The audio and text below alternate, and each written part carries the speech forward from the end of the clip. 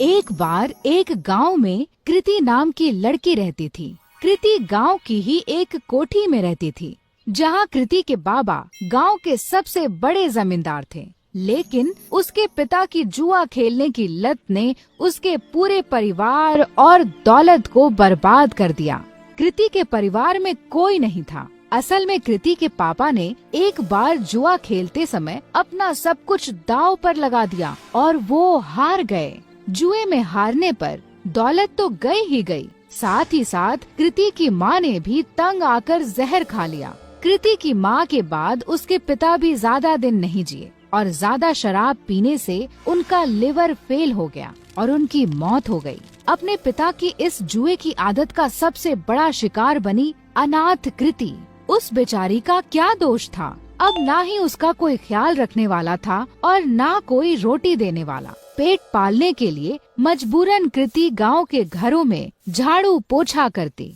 कृति का ये सब करने का बिल्कुल भी मन नहीं करता, क्योंकि जिस घर में वो काम करती थी उसका मालिक उसे बुरी नजरों से देखता था। लेकिन 2 वक्त की रोटी के लिए कृति ये सब भी झेल लेती थी। कृति रोज सुबह सुबह गांव के मंदिर में जाती और अपनी दर्द भरी कहानी भगवान को सुनाती।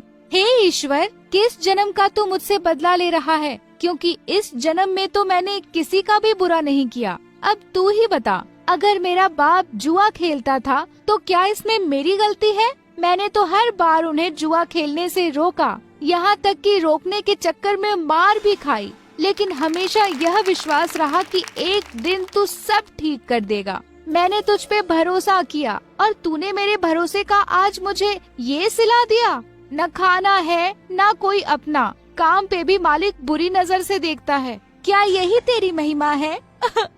कृति की आंखों में आंसू भर आए और वो वहीं बैठकर फूट फूट कर रोने लगी। लेकिन कृति ने आंसू पोंछे और वहाँ से उठकर जाने लगी कि तभी उस मंदिर के बाहर एक बूढ़ा आदमी दिखा जो उसे घूर रहा था। कृति को लगा कि ऐसे ही कोई भिखारी होगा जो उसे रोता हुआ देखकर घूर रहा हो। कृति उस पर बिना ध्यान दिए वहाँ से तुरंत अपने घर चलती बनी।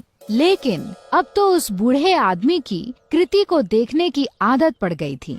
जब भी कृति मंदिर जाती और भगवान को अपनी आप बीती बताती, वो बूढ़ा वहीं खड़ा उसकी बातें सुनता और उसे घूरा करता, लेकिन कभी मंदिर के बाहर कृति का पीछा नहीं करता। कृति को लगा कि वो बेचारा भीख की आस में उसे देखा करता है। कृति के पास कोई बहुत ज्यादा पैसे नहीं थे, फिर भी वो दान पुण्य करने में बिल्कुल भी हिचकिचाती नहीं थी। एक दिन मंदिर के बाहर खड़ा वो बूढ़ा आदमी जब कृति को घूर रहा था, तो कृति भगवान के पास जाने की बजाय उस बूढ़े के पास गई। बाबा जी, अगर पैसे चाहिए तो बेहिचक मांग लिया करो, ऐसे किसी और को घूरोगे तो वो गलत मतलब निकालेगा। काश बेटा, तेरे जैसा साफ दिल भगवान ने सबको दिया होता। कुछ दे दे बेटा।